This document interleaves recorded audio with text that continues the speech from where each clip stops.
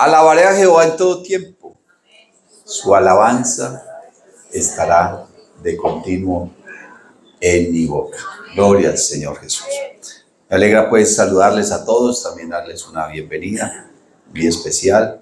En esta hora estamos dispuestos para comer la palabra del Señor y esperamos que esta palabra, amén, pueda nutrir nuestra alma, nuestro intelecto, nuestra fe. Amén, gloria al Señor. La carta del apóstol Pablo a los Romanos en el capítulo número 4, en el verso número 13, dice: la promesa realizada mediante la fe. Porque no por la ley fue dada a Abraham o a su descendencia la promesa de que sería heredero del mundo, sino por la justicia de la fe. Porque si los que son de la ley son los herederos, vana resulta la fe y anulada la promesa. Pues la ley produce ira, pero donde no hay ley, tampoco hay transgresión. Por tanto, es por fe, para que sea por gracia, a fin de que la promesa sea firme para toda su descendencia, no solamente para la que es de la ley, sino también para la que es de la fe de Abraham, el cual es Padre de todos nosotros. Como está escrito: te he puesto por padre de muchas gentes, delante de Dios, a quien creyó, el cual da vida a los muertos y llama las cosas que no son como si fuesen. Gloria al Señor. Yo le invito para que cierre sus ojos un momento. Si usted quiere inclinar su rostro, levantar sus manos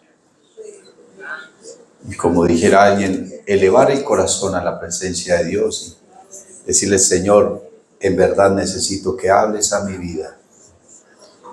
En verdad, Señor Jesús, necesito que obres en mi corazón a través de esta palabra que limpia, que perfecciona, que purifica, que instruye, amén, que enseña, que redarguye, que exhorta, que alimenta, que produce vida. Señor Jesús, te doy gracias por permitirme estar acá. Yo te pido que uses mis labios, mi mente, mi corazón, Señor Jesús, conforme a tu propósito y a tu voluntad, mi Dios del cielo.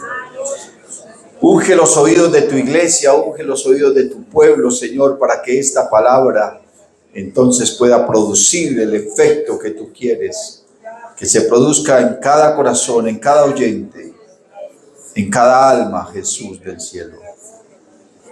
Alabanzas a tu nombre. Amén y amén. Gloria al Señor. Pónganse cómodos, mis amados hermanos, gloria al Señor. Sabe, hermano, yo me enamoré de una manera muy especial, bueno, de toda la palabra de Dios, obviamente. Pero esta carta a los Romanos marcó mi vida de una manera muy profunda. Precisamente oyendo a uno de nuestros grandes maestros, hermano Eliseo Duarte, en muchas asambleas él enseñaba acerca de la carta a los romanos y bueno, en ese tiempo no entendía todo lo que él decía, pero ahora ya ha pasado los años y muchas cosas van tomando sentido. ¿Aló?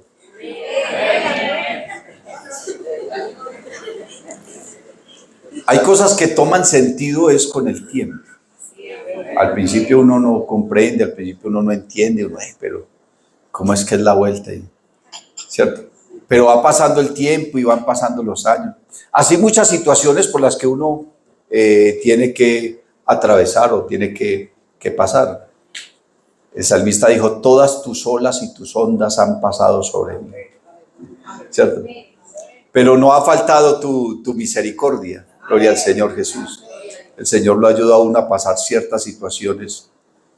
Y luego uno con el tiempo entonces comprende, ¿cierto? Como dijo el salmista Asaf: Dijo, hasta que entrando en el santuario de Dios comprendí. No quiere decir que cuando entró en el santuario de Dios todo cambió. No, no. Las cosas cambian es cuando uno las mira desde otro punto de vista, desde otro enfoque, ¿cierto? Porque muchas veces la vida, hermano, nosotros no la asumimos, no la asimilamos, no la enfrentamos con la mejor actitud, que no entendemos lo que... Y casi siempre nos preguntamos, Señor, ¿por qué? ¿Por qué? Y no es tanto por qué, es para qué. Entonces no quiere decir que el salmista ya se enriqueció y que fue más rico que todos esos que estaba envidiando al principio. No, él cambió su pensamiento y dijo, hasta que entrando en el santuario de Dios comprendí, ¿cierto? Y cuando uno logra comprender algo, cuando uno logra comprender una situación, pues créame, hermano, la vida se hace un poquito más fácil y un poquito más sencilla. No en vano el Señor dijo, mi yugo es fácil y ligera mi carga. Bendito el nombre del Señor. Y escuchaba yo al pastor hablando y predicando muchas cosas de la carta a los romanos y de pronto no comprendía tanto, estaba empezando mi ministerio, en fin. Yo ya le pedí perdón a Dios por tantas cosas que prediqué. Así dijo el hermano Álvaro Torres una vez. Dijo, no, yo ya le pedí perdón al Señor por todas las cosas que prediqué. Uno muchas veces predica cosas que finalmente cuando ya entiende la doctrina, uno dice, ay hermano, esto, ¿yo qué estaba diciendo? ¿Cierto? Menos mal en ese tiempo no había YouTube ni nada de eso. Pero ahora se mete uno un poquitico más en todo este estudio de la carta a los romanos y de verdad, hermano, que es algo fascinante. Me llama mucho la atención, aunque no es el eje de la enseñanza de lo que quiero hablar en esta hora, porque el eje de la enseñanza y el texto que leímos es la promesa. Pero mire como dice este verso número 17, amén. Que Dios llama las cosas que no son como si fuesen, ¿cierto? Como si fuesen. No sé si yo les conté, seguramente que sí, porque uno tanto predicar, a lo último hasta se le olvida qué ha predicado y qué no ha predicado. Y los muchachos son pastores de mensajitos, ya lo escuché. Ni le pregunté a mi esposa cuántas veces me ha escuchado el mismo mensajito. Entonces, estaba pensando en esto de que Dios llama las cosas que no son como si fuesen. Hablando de la presciencia, amén, de nuestro Dios. No la presencia, sino la presciencia. El conocimiento anticipado. O sea, Dios ya sabe lo que aún no ha sucedido. Él ya sabe qué va a suceder, de qué manera. ¿Cierto? Entonces una cosa es que Dios sepa el final de todas las cosas. Y otra cosa es que Él haya escogido a unos para que se salven y a otros para que se pierdan. Eso es una falsa doctrina. Porque hay quienes predican y cuando está pasando una persona por una situación especial, hermano, ore por mi hijo que está muy rebelde y no quiere venir a la iglesia. Entonces alguien le contesta, no hermana, si el Señor lo tiene para ser salvo, aquí llega. Eso es una falsa doctrina. Porque eso no funciona así. No es que Dios diga, tú sí, tú no, tú sí, no. Ahí le dice que Él amó al mundo entero. De tal manera amó Dios al mundo que ha dado su Hijo unigénito, para que todo aquel que en Él crea no se pierda. Amén. Gloria al Señor Jesús. Dice la Biblia que Dios no quiere la muerte del pecador, sino que éste se arrepienta y viva. ¿Cierto? Pero el Señor sí sabe quién se va a salvar y quién se va a perder, obviamente. Él sí lo sabe, ¿cierto? Pero la gente se va a salvar o se va a perder no porque el Señor quiso salvar a estos y a aquellos los quiso condenar. Porque entonces, ¿para qué sería la palabra, la gracia? Todo sería totalmente infructuoso. Y entonces no hubiera tenido sentido toda la obra de la cruz, toda la obra del Calvario. El Señor no hubiera gritado allá, consumado es, no nos hubiera mandado a predicar el Evangelio, no. No hubiera tenido sentido nada de eso, simplemente desde el principio hubiera impedido que pecáramos y nos hubiera llevado al cielo ya ahí. Y pare de contar. Pero las cosas no son así. Dios sí sabía que el hombre iba a pecar y de qué manera, y no solamente el hombre, los ángeles, ¿cierto? Todos los seres inteligentes a quienes les dio libre albedrío, ¿cierto? Él ya sabía todas esas cosas. Pero algo estaba en la mente de Dios. Él quería que el hombre estuviera con él y que estuviera con él la eternidad. No una eternidad, porque si uno dijera, no, es que vamos a estar con el Señor una eternidad, entonces pensaríamos que es que hay 2 eternidades o 3 o quién sabe cuántas. No es una eternidad, es la eternidad. Porque eternidad entonces determina en el tiempo una no finalización del tiempo, ¿cierto? La eternidad, entonces la palabra eternidad va más allá del término tiempo, ¿cierto? Porque quizás hasta podríamos pensar que si hablamos del tiempo, pues todo tiene su final. Y si usted lee en el libro de Eclesiastés, dice todo tiene su tiempo y todo tiene su hora. Pero entonces las cosas así como llegan también se acaban. Pero cuando hablamos de la eternidad, entonces estamos hablando de algo que no tuvo ni un principio ni tendrá un fin. Y el propósito de Dios al crear al hombre, hermano, era tenerlo a su abrigo, a su amparo, en su presencia, la eternidad. ¿Cierto? La eternidad. Dice la palabra del Señor, este pueblo he creado para mí, mis alabanzas publicará. Dice, para gloria mía, los he creado, los formé y los hice. Yo me he atrevido a pensar, hermano, que el paso por este mundo es un paso temporal. La Biblia dice que somos peregrinos, que somos extranjeros. Sin embargo, hay creyentes que se esfuerzan por parecerse al mundo, por anhelar las cosas del mundo. Finalmente esto aquí es pasajero. Estamos apenas un ratico. Entonces, enamorarnos de las cosas de acá es como llevarnos a la actitud y a la posición de la esposa de Lot. Salió de Sodoma, pero tenía tantas cosas, tenía su corazón allá, que no se aguantó y miró hacia atrás, ¿cierto? ¿Y cómo quedó? ¿Cómo le quedó el ojo? ¿Sabe que lo mismo le pasó al pueblo de Israel? El pueblo de Israel salió de Egipto, pero su corazón se quedó allá. Muchas personas salieron del mundo, pero su corazón está allá todavía. Y hablan hasta con nostalgia de las cosas que hacían en el mundo, lo que eran, lo que tenían. Ay, es que yo sí, ay, es que yo lo... No, es que yo sí peleaba, es que se enorgullecen de todo ese tipo de cosas y resulta que nosotros ya somos nuevas criaturas. Y que nuestra ciudadanía no está aquí. ¿Sabe que el Señor siempre le decía al pueblo de Israel que debía tener una actitud siempre de forastero, de peregrino, ¿cierto? Y no te amañes ahí, no te quedes ahí. Salid de en medio de ellos, pueblo mío, no toquéis lo inmundo.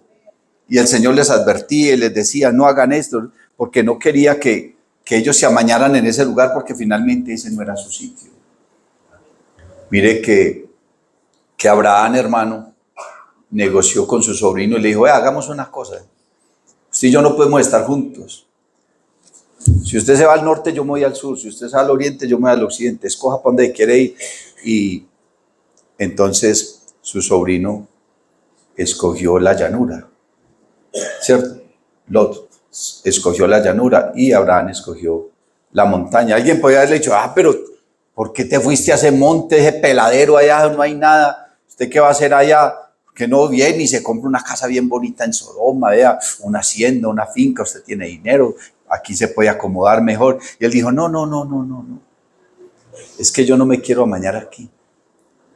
Porque yo quiero vivir es en una ciudad cuyo arquitecto y constructor es Dios.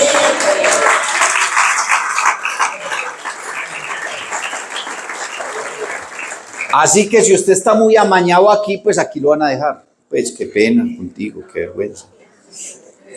Pero yo le recomendaría, no se amañe mucho. No se amañe mucho. La Biblia dice, los que esperan a Jehová, nuevas fuerzas tendrán. Hay textos que dicen los que esperan en Jehová. Y ese contexto está hablando de una situación complicada, difícil. Usted sabe, el Señor me va a ayudar, yo estoy esperando en Él. Pero cuando dice los que esperan a Jehová, ya está hablando de otra cosa. ¿Cierto? Mire cómo una sola palabra, una sola letra, un solo artículo, cambia el sentido de una frase. No es lo mismo decir los que esperan en Jehová, decir los que esperan a Jehová. Gloria al nombre del Señor. Y yo espero al Señor. Hacia aquí no me dé nada.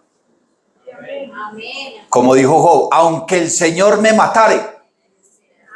Imagínense, ¿qué estaba esperando? Que el Señor viniera y le quitara la vida. Aún así, en Él esperaré. Gloria al Señor. Como el Señor sabe, hermano, el fin desde el principio. Entonces Él en su mente, hermano, quiso establecer un medio para que se cumpliera su propósito de que el hombre pudiera estar en su presencia la eternidad. La eternidad. Mire que el apóstol Pablo le escribe a los Efesios, capítulo 1, verso 3, dice, bendito el Dios y Padre nuestro, que nos bendijo con toda bendición espiritual en los lugares celestiales, según nos escogió en Él, desde antes de la fundación del mundo. Dice, para que fuésemos santos y sin mancha delante de Él. Gloria al Señor. ¿Por qué? Porque es la única manera que vamos a poder estar en su presencia. La eternidad. Gloria al Señor. Entonces, el paso por acá es solamente una prueba. Esto apenas es un ratico. Despójese de lo que se tenga que despojar, porque eso ¿para qué? Esto apenas es un ratico. Mire que Salomón ya en su vejez, hermano, por allá, comenzó a pensar en lo que había hecho en su vida, todo el tiempo que había perdido, seguramente el dinero que había desperdiciado, tantas cosas, se fue tras dioses ajenos, tras mujeres que no debía hacerlo. Y a lo último, por allá ya en su vejez, se puso a pensar, yo le di gusto a todo lo que quise, todo lo que mi corazón anheló, eso hice, todo lo que vieron mis ojos a eso, de eso me aferré, pero a la final, ¿para qué? Digo, todo eso es vanidad. Y la vanidad, la palabra vanidad no solamente está refiriendo a pararse en un espejo a veces bonito, no. Eso puede ser una forma de vanidad. Pero la palabra vanidad significa vano, que no tiene fruto, que realmente no produce algo positivo en la vida. Uy, no, qué duro. No, si va a venir con la actitud, hermano, dígame en mí. Eso significa vano, que no produce ningún fruto, que finalmente no se va a cosechar nada de eso. Y el hombre siembra cosas, pero quiere que le produzca otra cosa. Y no, la Biblia dice que lo que el hombre siembra, eso cosecha. Y si nosotros sembramos para la carne, para este mundo, para esta tierra, no estoy diciendo que no trabaje, que no estudie, no, hágalo. Pero que su corazón no esté ahí. Que realmente su corazón esté donde debe estar. Gloria al Señor Jesús. Entonces Dios trazó un plan que Él quería ejecutar para que a pesar de todo lo que pasara, entonces nosotros pudiéramos estar en ese propósito de estar con Él la eternidad. Ese plan se conoce como el plan de salvación. El evangelio, Pablo le dijo a los romanos, el capítulo 1, el evangelio de Dios. No es el evangelio ni de Martín Lutero, ni de Juan Hus, ni de los reformadores, no. Es el evangelio de Dios, ni siquiera el evangelio de Pedro, ni de Mateo. No, es que el evangelio es de Dios. Ellos lo único que hicieron fue escribir algo que vieron. Lo llamamos los 4 evangelios, pero el evangelio es Cristo. su manifestación en carne, su nacimiento, su vida, su ministerio, su predicación, sus milagros, su palabra, su muerte, su resurrección, su iglesia. Eso es el Evangelio. Eso es el Evangelio. Gloria al Señor. Pero en el Antiguo Testamento se habla es de una promesa. Por eso usted lee acá en la carta a los Romanos. Amén. El capítulo 4, a partir del verso 13. Dice, porque no por la ley fue dada a Abraham o a su descendencia la promesa. ¿Cuál promesa? La promesa de que se lo iba a llevar de aquí. ¿Quién le dijo a Abraham que Dios tenía una ciudad cuyo arquitecto y constructor era él mismo y que un día lo iba a llevar a vivir allá? ¿Cierto? Por eso la Biblia, hablando de Abraham, dice que él creyó contra esperanza. Y dice, porque al que ya casi muerto, dice ya casi muerto era porque estaba muy anciano. Y sin embargo, Abraham vivió más de 170 años y cuando el Señor lo llamó tenía como 90 y piola. O 70 y piola, y se le retardó la promesa según Abraham, y bueno, y a la edad por allá prácticamente 90 y punta de año, 99 fue que logró tener a su hijo. Y sabe, su esposa también anciana, estéril. Imagínense, cuando Sara escuchó que iba a dar a luz y que iba a tener un hijo, dijo, y es que puede una mujer de esta edad tener un deleite de esos. Imagínense, y se rió. Y el Señor le dijo, ¿usted se rió, mijita? Ay, no, yo no me reí. No diga que no se rió porque yo la vi. Diciéndole al Señor, siento que la vio. Y ¿qué le pasa, señora?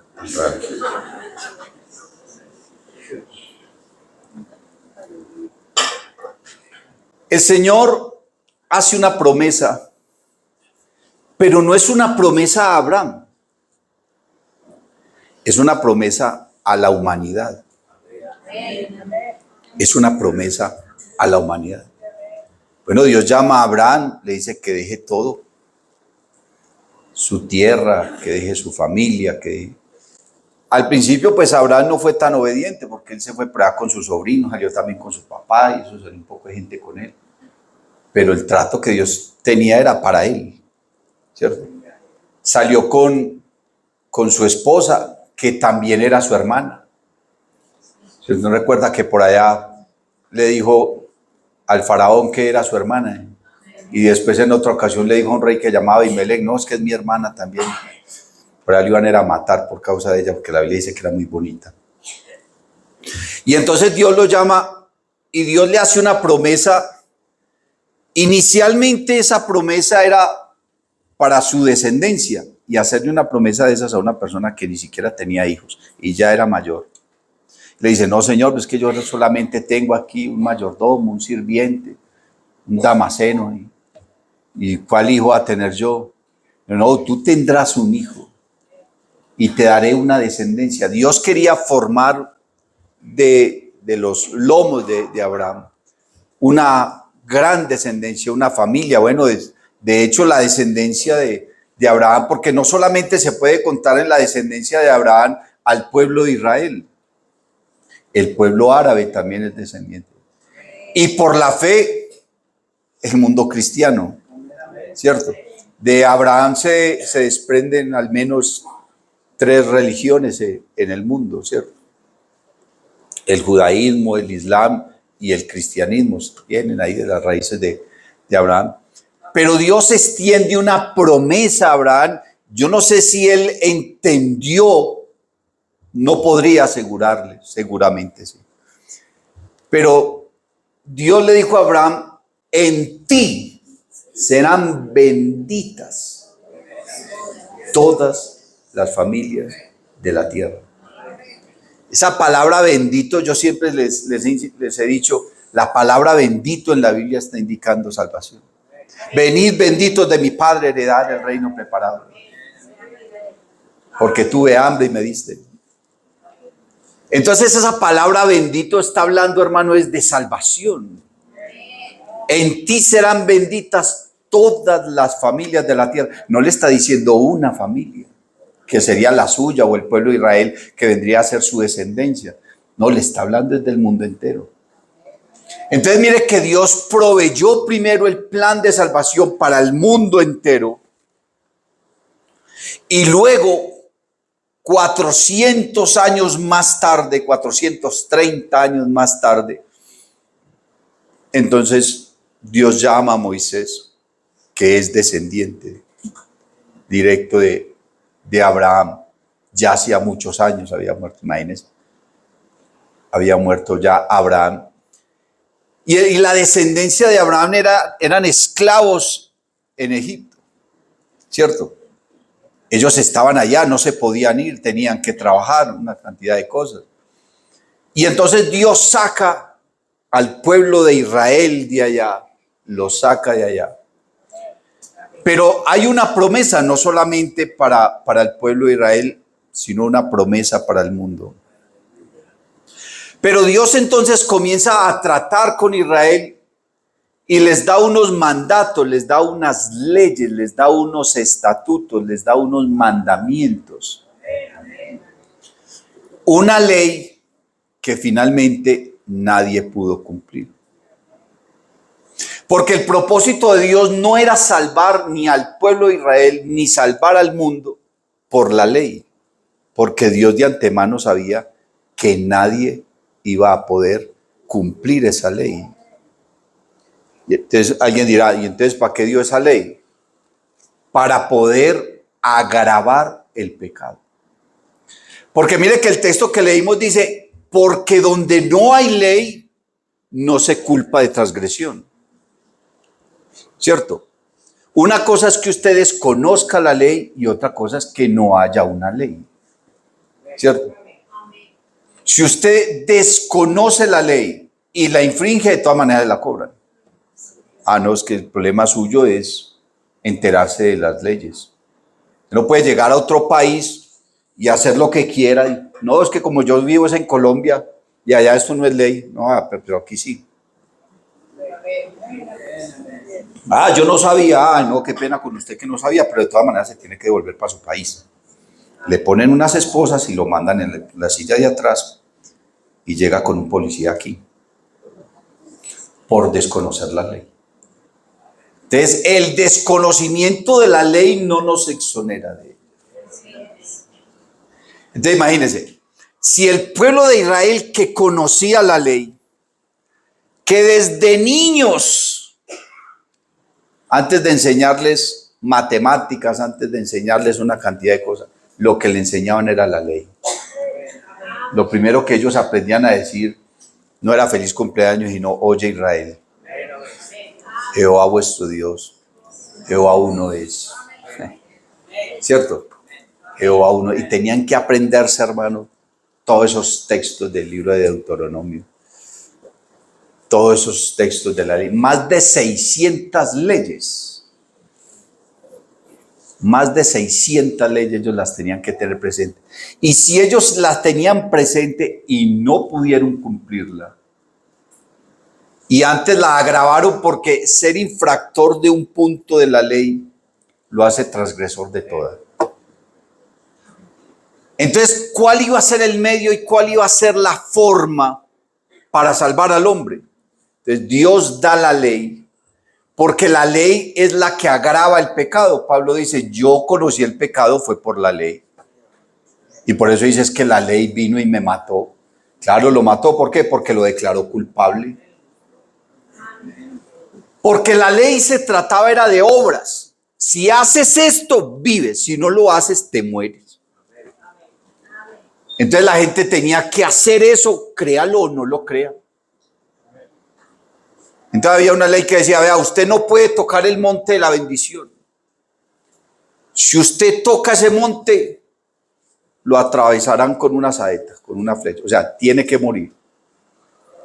Y entonces usted está por ahí distraído, cuando menos piensa, hermano, se subió a ese monte y ni sabía dónde era que estaba. ¡Pum! Lo atravesaron con una flecha. Murió. ¿Cierto? Desconocía o no cayó en cuenta o se le olvidó.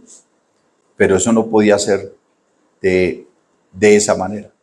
Entonces Pablo dice, la ley vino y me mató. ¿Por qué? Porque la ley agravó el pecado. Por eso la Biblia dice, cuando abundó el pecado,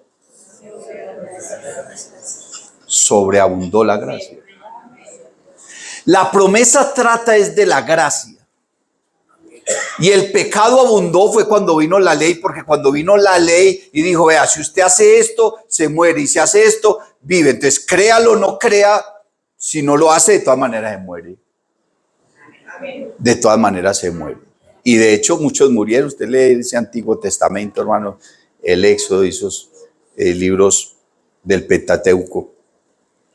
Todas las cosas que sucedieron y cómo la ira de Dios se desbocaba sobre esa gente, hermano, y se los tragaba la tierra, y Moisés tenía ahí que interceder. Señor, si les va a quitar la vida a ellos, máteme a mí también. ¿Cierto? Máteme a mí también. Y entonces, hermano, es que uno pararse así delante del Señor y decirle, no, máteme a mí también. ¿Cómo lo miraría el Señor ahí? ¿Cierto? Increíble. Sin embargo, la Biblia dice que no ha habido un hombre más manso que Moisés. Imagínense, el líder del pueblo de Israel hoy en día todavía lo veneran. Cuando murió, Dios lo tuvo que esconder, porque si no lo sacaban y lo idolatran, hermano, hasta lo hubieran embalsamado y todavía estuviera por ahí la gente idolatrando. Porque la gente llegó en Israel a idolatrar más a Moisés y a tener más en cuenta a Moisés que al mismo Dios. A Moisés lo recibieron y a pesar de todo lo que pasó, sin embargo le creyeron, pero al Señor ¿qué? Y el Señor mayor que Abraham, mayor que Moisés, mayor que cualquiera de todos. Pero es que el escritor a los hebreos, hermano, usted lee la carta a los hebreos, y la carta a los hebreos es una exposición de la grandeza de Cristo, donde el escritor les dice, Cristo es mayor que los ángeles, Cristo es mayor que el cielo, Cristo es mayor que Moisés, Cristo es mayor que la ley, Cristo es mayor que el templo. Tenemos a un sumo sacerdote que ofreció un único y solo sacrificio. Porque todo sacerdote sigue ministrando día tras día los mismos sacrificios que no pueden quitar el pecado. Pero tenemos un sumo sacerdote que con un solo sacrificio bastó. Solamente que el sacerdocio de Cristo no fue establecido o basado según el sacerdocio judío o levítico. Porque empezando que el Señor era de la tribu de Judá y los únicos que podían ser sacerdotes eran los de la tribu de Leví. Y eso que no todos los descendientes de Leví podían ser sacerdotes, habían unos requisitos también. Tenían que esperar a que un rabino, un maestro lo convocara y dijera, ven, ¿quieres ser mi discípulo? Y así ya podía hacerlo. Pero Cristo tiene un sacerdocio que nos lo heredó a nosotros. Y la carta a los hebreos dice que es el sacerdocio según el orden de Melquisedec. O sea que Dios estableció en la historia dos sacerdocios. Uno para el pueblo de Israel, que era el sacerdocio levítico. Y ellos ofrecían sacrificios de corderos, de bueyes, de animales, ¿cierto? Pero a nosotros nos dio un sacerdocio diferente, que es el sacerdocio según el orden de Melquisedec. Nosotros ya no tenemos esas vestiduras ni esas túnicas y ofrecemos ese tipo de alabanza, no, de sacrificios. Ya nosotros ofrecemos son sacrificios de alabanza. Los sacrificios de Dios son el espíritu quebrantado, el corazón contrito y humillado. ¿Cierto? Y nuestras vestiduras, hermano, aunque no son como las que se ponían esos sacerdotes, igual tienen que ser dignas. Es que si, perdónenme hermanas, pero si nuestras mujeres entendieran eso, pues creo que se vestirían diferente muchas. Perdónenme que les diga. Y los hombres no dicen amén. Bendito el Señor Jesús. Señor, yo solamente digo lo que usted me mandó. Vaya usted con ellos. Entonces, nosotros tenemos un sacerdocio diferente. Y créame, nuestro sacerdocio está por encima del de ellos. Porque el sacerdocio de ellos era temporal. El de nosotros es eterno. Gloria al Señor Jesús. como nadie podía cumplir la ley, porque la ley lo único que hizo fue agravar el pecado y que la persona fuera más culpable de lo que ya era. Sin embargo, el Señor siempre ha querido salvar al hombre. Entonces el Señor estableció la gracia. ¿Qué es la gracia? Es la oportunidad que Dios le da al hombre. Primero, de que lo conozca. Segundo, de que sea salvo. Tercero, de que su vida sea transformada. Que su vida sea digna. Amén. De que pueda ser santo delante de Él. ¿Qué dijo Pedro? Sed santos, porque yo soy santo. Y sin santidad. Hermano, es que la santidad va es por dentro, olvídese. La santidad es un paquete completo. Pablo le dijo a los tesalonicenses que debemos ser guardados irreprensibles. Dice, espíritu, alma y cuerpo sean guardados irreprensibles. O sea que la manera de vestir sí importa. La manera de hablar sí importa. La manera de pensar sí importa. Porque el que es santo de manera integral, por dentro y por fuera. No puede andar por ahí semidesnudo diciendo que es un santo. No es santo. Por Dios bendito, entonces no sabe qué significa santidad. Pero como vemos hoy en día en las redes sociales, ay, hermano, es que la esposa de tal pastor, mire cómo dice, pues déjela que pierda ella, entonces usted se va a perder con ella, pues porque es esposa de pastor. ¿Usted cree que ser pastor es garantía de ser salvo? Eso no es ninguna garantía. Le digo una cosa, y se va a oír muy feo, qué pena que el pastor. Hay pastores inconversos. Pero como yo creí fue en Jesucristo. Ay. Hermano, pero ¿cómo es posible? Vea ese hombre lo que hace, como predica y Dios lo usa. Es que la palabra de Dios es limpia, así sea en la boca de un perro. Si el diablo viene aquí y me dice, Jesucristo es Dios, ¿tú qué contestas? Yo le digo, amén. Así lo diga el diablo. Eso no tiene nada que ver. Si Dios me usa a mí, si Dios usa al ministro, no es por mí. Uy, qué ungido, uy, qué sabio. No.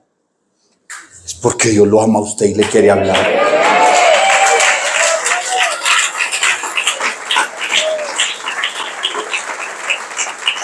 ¿Y qué me toca a mí? Arrepentirme.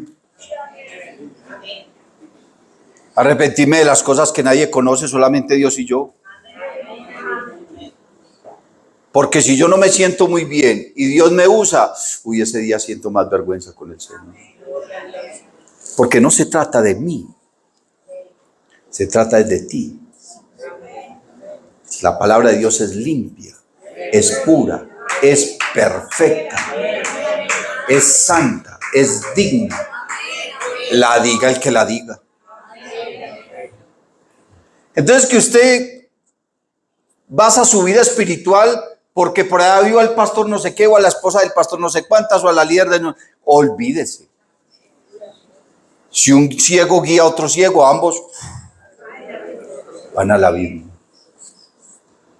Deje esa niñería. Madure. Crezca en su vida espiritual. La Biblia dice, puestos los ojos en Eduardavita Borda. Puestos los ojos en Jesús. El autor y consumador de la fe.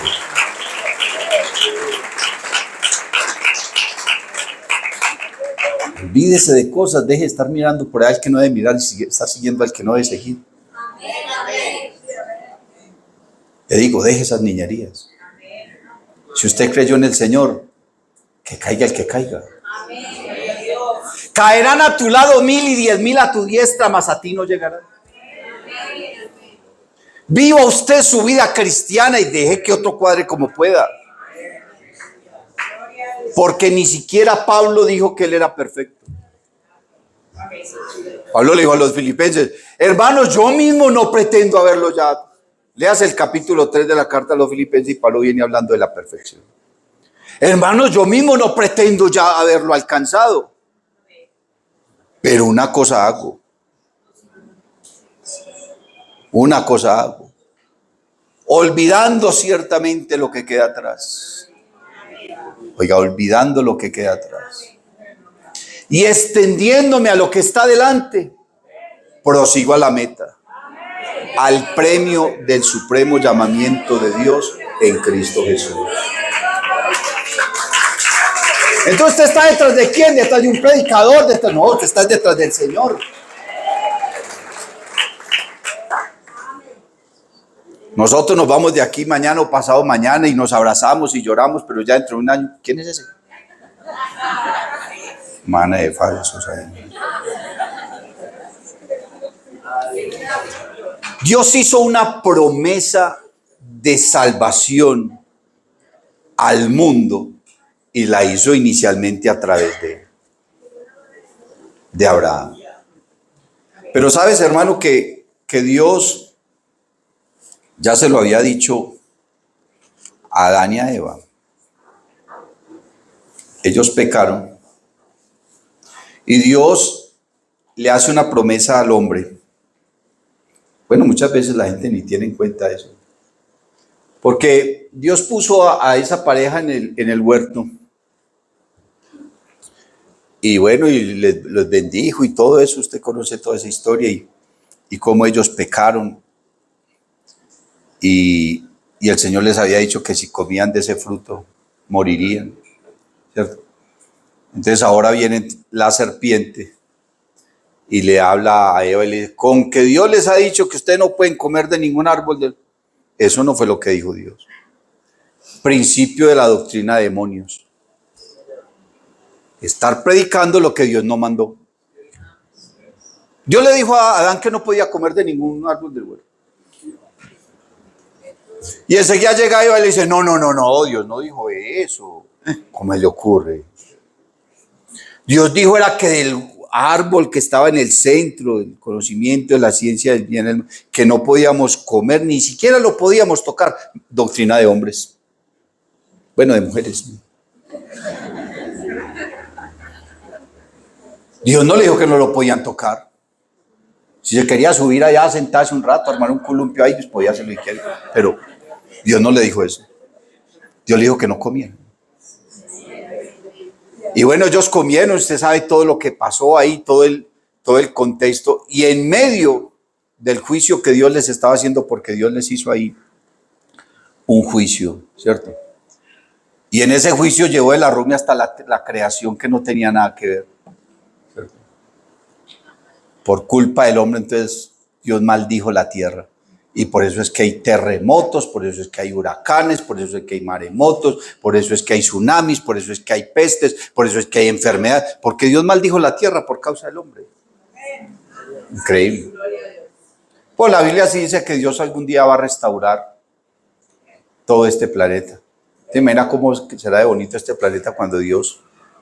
Aunque yo de todas maneras no pienso estar aquí cuando el Señor haga eso. Yo voy a estar en otra parte. Ahora, cuando Dios entonces le hace el juicio a la serpiente, mire lo que Dios le dice, que es un diálogo de Dios con la serpiente, pero de manera indirecta o colateral está hablando también al hombre que estaba ahí escuchando. Entonces Dios le dice a la serpiente, verso 15, capítulo 3 de Génesis, pondré enemistad entre ti y la mujer, entre tu simiente y la simiente suya. Esta te herirá en la cabeza y tú le herirás en el calcañar. La mujer no es Eva. Que ya, y no, que entonces el diablo se enojó con Eva y por eso le la montó y no sé qué. Cuando habla de la mujer, está hablando de una nación. Solamente que Adán y Eva no sabían a qué nación se está refiriendo, porque de hecho ellos eran los únicos dos seres humanos que había hasta el momento. Pondré enemistad entre ti y la mujer, o sea que de alguna manera la serpiente, o sea el diablo, sí sabía que Dios quería en su proyecto y en su propósito formar una nación, ¿cierto?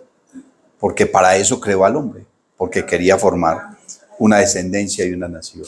Esa mujer que está hablando ahí, la palabra de Dios, es la nación de Israel. ¿Por qué? ¿Qué dijo, le dijo el Señor a la mujer samaritana? ¿Que de dónde venía la salvación? De los judíos, ¿cierto? La salvación viene de los judíos. Que el Señor, hermano, era judío, ¿cierto? De ascendencia judía. Entonces dice, y pondré enemistad entre ti, o sea, el diablo, y la mujer. La mujer es la nación de Israel. Dice, y entre tu simiente, o sea, que el diablo iba a tener una descendencia. Pero iba a tener una descendencia no porque él iba a tener relaciones con una mujer, iba a tener muchos hijos, no. Si usted lee la carta de Juan, primera carta en el capítulo 3, habla de los hijos de Dios y habla de los hijos del diablo. Así literal, dice. Léaselo cuando quiera. Ahí dice, pastor, lo que dice. No, eso está ahí. Habla de los hijos de Dios y habla de los hijos del diablo. ¿Cuáles son los hijos del diablo? Pues los que no son hijos de Dios. No, qué cosa tan dura.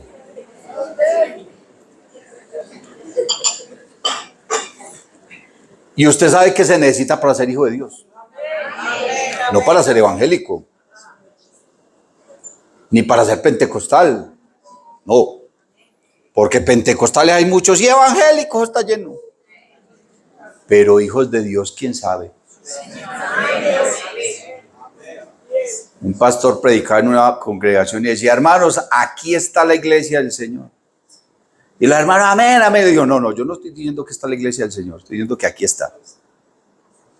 Y ahí sí, el que lo entendió, lo entendió. Y pondré enemistad entre ti y la mujer y entre tu simiente. ¿Usted cree que por qué el inconverso no nos quiere? ¿Por qué estorbamos en toda parte? A todo mundo le incomodamos. Hacemos un culto de 2 horas y ya nos demandan, llaman a la policía, pero ellos ponen un rumba toda la noche y no hay problema. Vaya, pida un permiso para hacer un culto en el parque, no, es una cosa de loco. Pero para una fiesta, no, ahí está.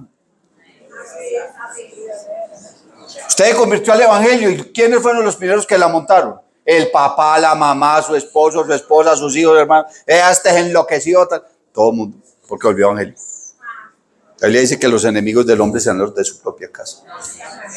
Y dice, no creáis que yo he venido a traer paz, he venido a traer guerra. Señor, pero es que usted hace 8 días dijo que mi paso dejo, mi paso dejo. Sí, pues otra cosa. Hay que entender el contexto en la palabra. Y la Biblia, el reino de los cielos sufre violencia y solo los violentos, dice una versión, lo arrebatan. Porque aquí la pelea es peleando, hermano. Solamente que nuestra lucha no es contra sangre ni carne. Aquí la lucha suya no es con el vecino, ni con su esposo, ni con su esposa, no. Aquí la lucha, hermano, es contra principados y potestades, contra huestes espirituales de maldad en las regiones celestes. Y dice con qué debemos luchar. Ahí están las armas. Dice el apóstol, las armas de nuestra milicia no son carnales, sino poderosas en Dios para la destrucción de fortaleza. Estar llorando, más bien arrodíllese. Ay, que es que a mí me pasó esto, ay, es que a mí no... No, arrodíllese, mijo, y dígale al que lo puede consolar y al que lo puede fortalecer y al único que lo puede ayudar. Bendito el nombre de Jesús.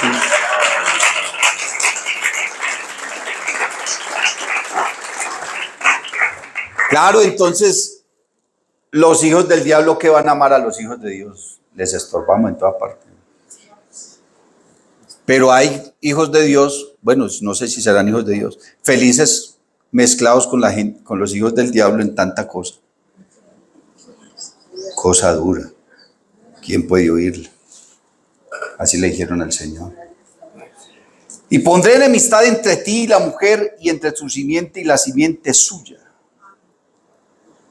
¿Cuál es la simiente de la mujer? Porque no habla de las simientes, sino de la simiente. Está hablando de una persona. ¿Y quién es esa simiente? Esa simiente es Cristo. Porque la salvación vendrá a través de la nación de Israel. La simiente de esa mujer es Cristo. Gloria al nombre del Señor Jesús. Dice, esta te herirá en la cabeza. ¿En qué momento Cristo hirió la cabeza de la serpiente? En la cruz del Calvario. Allá el Señor, hermana. Yo no sé cómo hay gente que dice que no, que el diablo cuando crucificaron al Señor era feliz. ¡Por fin lo maté! ¿Cuál lo maté? ¿Usted cree que el Señor se murió por voluntad del diablo? ¿Usted cree que el Señor se murió por voluntad de los hombres? Yo tengo poder para poner mi vida y tengo poder para volverla a tomar. Aleluya.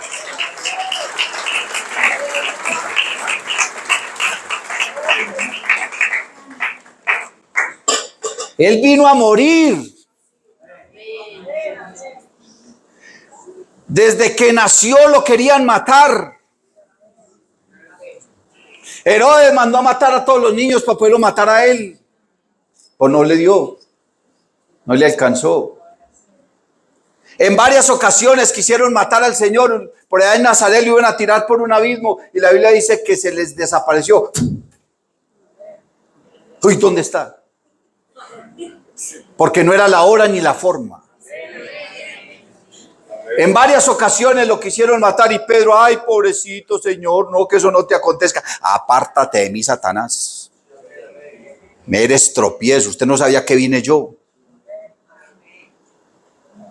Porque si él hubiera venido otra cosa, entonces Isaías, ¿para qué escribió? Angustiado él y afligido no abrió su boca. Como cordero fue llevado al matadero y como oveja delante de sus trasquiladores, enmudeció y no abrió su boca. Por cárcel y por juicio fue cortado y su generación, ¿quién la contará?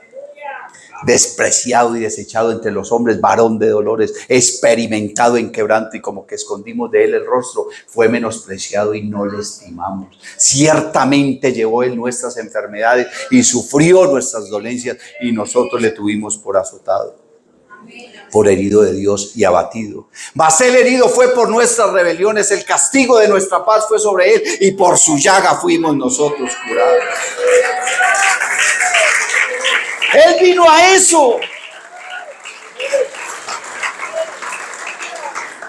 Cuando el Señor estaba en la cruz, el diablo no estaba contento ni bailando. Estaba debajo de una piedra, metido allá, muerto del miedo. Porque la Biblia dice que Cristo en la cruz del Calvario exhibió públicamente al diablo, a sus demonios, al pecado. Y tomó tus pecados y el acta que estaba en contra nuestra, porque había un documento donde estaba escrito todo lo malo. ¿Usted ha visto esos expedientes de la fiscalía cuando muestran por ahí que no, que el expediente de fulano trae unos mamotatos así de papel? Y dice, y todo eso de una sola persona, eso es poquito para la que tenían contra mí. Porque a ese señor lo están juzgando por una cosa que hizo. La que había en contra mía era por todo lo que hice desde que nací. Por todo lo que dejé de hacer. Porque el pecado no es solamente por lo que se hace. Eso se llama pecado de omisión. Al que sabe hacer lo bueno y no lo hace. El otro día les predicaba y les decía que no, resultaba un hermano, ay, no es que yo no oro porque no tengo el sentir, es que uno es un sentir, o un mandato mío. Ay, es que yo no me congrego porque no tengo el sentir, no, uno es un sentir, o un mandamiento. Es que yo no evangelizo porque no tengo el sentir, no, es que tampoco es un sentir. Vaya por todo el mundo y predique el evangelio, hágale ya. Y no se preocupe que yo voy a estar con usted. Es un mandato. De la gente todo hoy en día, no, es que yo no lo siento, no, usted no va a sentir nada. Porque el diablo va a venir y le va a robar lo que había en su corazón. La semilla que cayó allá entre espinos, a la orilla del camino, sobre las piedras. Esa gente tuvo el sentir, no, pues ¿cuál sentir? El evangelio no se trata tanto de sentires. Ay, no, que yo hago lo que me dicta el corazón. Sí, haga lo que dice el corazón, pero recuerde que la Biblia dice que engañoso y perverso es el corazón de los hombres más que todas las cosas. Si usted se guía por su corazón, ¿dónde va a parar? Oh, guíese por la palabra, por lo que dice la Biblia. Ahí en esa acta, hermano, tenían apuntado lo que yo hice, lo que dejé de hacer, lo que pensé, lo que dije también. Pero el Señor la clavó allá en la cruz del Calvario. Y luego arrancó esa hoja y la robó. ¿Y sabe qué hizo con ella? La tiró al fondo del mar. Allá en el abismo de las Marianas debe estar eso, pecados suyos y míos. Pero es que nadie baja allá, pues ¿quién va a bajar allá? Van de pecados que hay en eso. Los pecados de todos los hombres, el Señor los echó en el fondo del mar. Y se para nunca más acordarse de ellos. Entonces dígame si el diablo estaba feliz allá porque el Señor, que por fin lo maté. ¿Quién va a matar a Dios? Él se hizo hombre y quiso entregar su vida. ¿Para qué? Para salvarnos a nosotros. No por culpa nuestra, por causa nuestra. La Biblia dice, bienaventurados sois cuando por mi causa. Y si usted pone a analizar las causas de los hombres, Mahatma Gandhi tenía una causa, Simón Bolívar tenía una causa, todos esos famosos, el Buda tenía una causa, ¿cierto? Que estaban buscando la iluminación. No, yo estoy siguiendo uno que no busca ninguna iluminación, él es la luz. Y la causa de Cristo somos nosotros. Y Dios se lo prometió a Abraham. Y dice, pondré enemistad entre ti y las mujeres, entre tu simiente y la simiente suya. Esta te herirá en la cabeza. Y dice, y tú le herirás en el calcañar. Pero el diablo no hirió el calcañar de Cristo. Hirió el calcañar fue de la mujer. O sea, de la nación de Israel.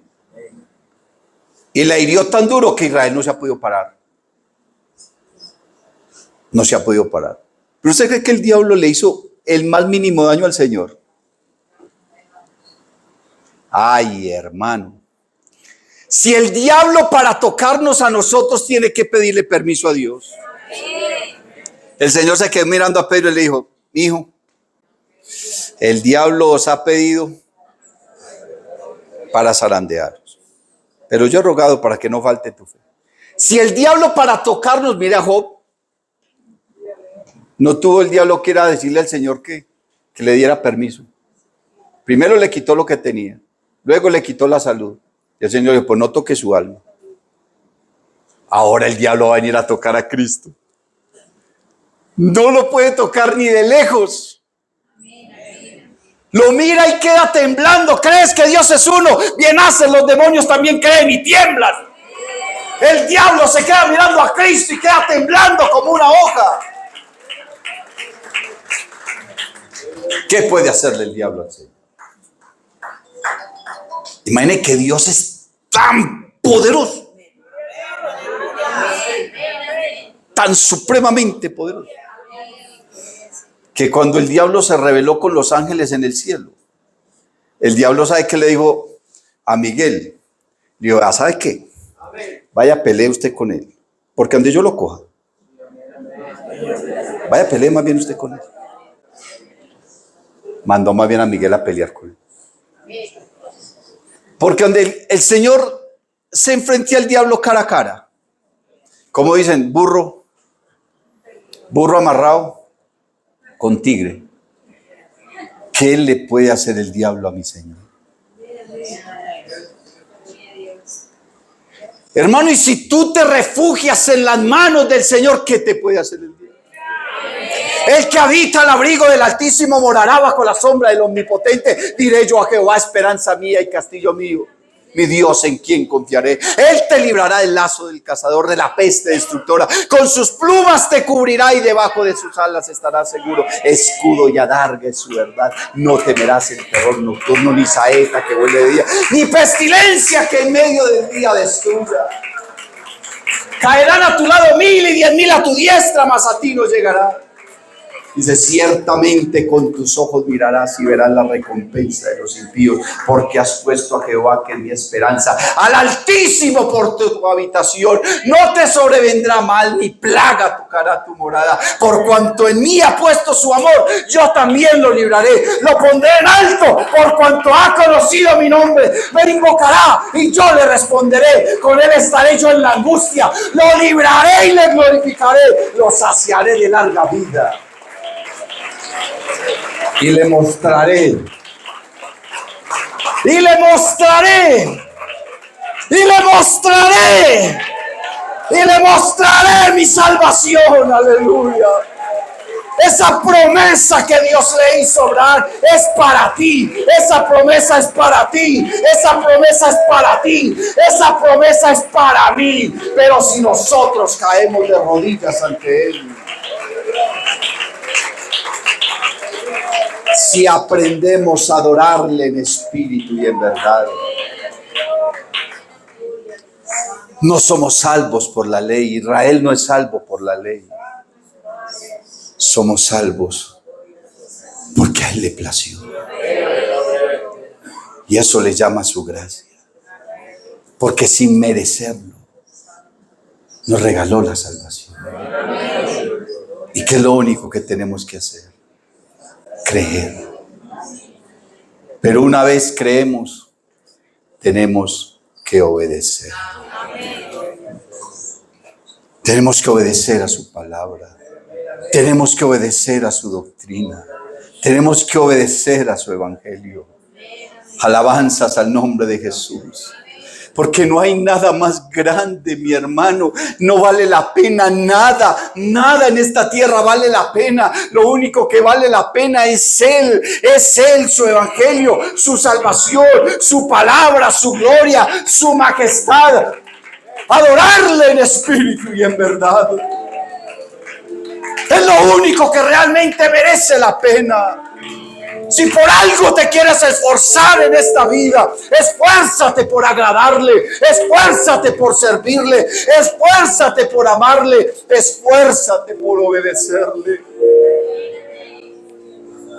Porque Él es el alto y sublime Dios. Dios te bendiga. Si te gustó esta predicación, te invitamos para que te suscribas y nos sigas en nuestro canal de YouTube. Hay mucha palabra para tu vida. También estamos en las diferentes redes sociales, en Instagram, en TikTok, estamos en Spotify y en Facebook. Estamos seguros de que esta palabra será de gran bendición para tu vida.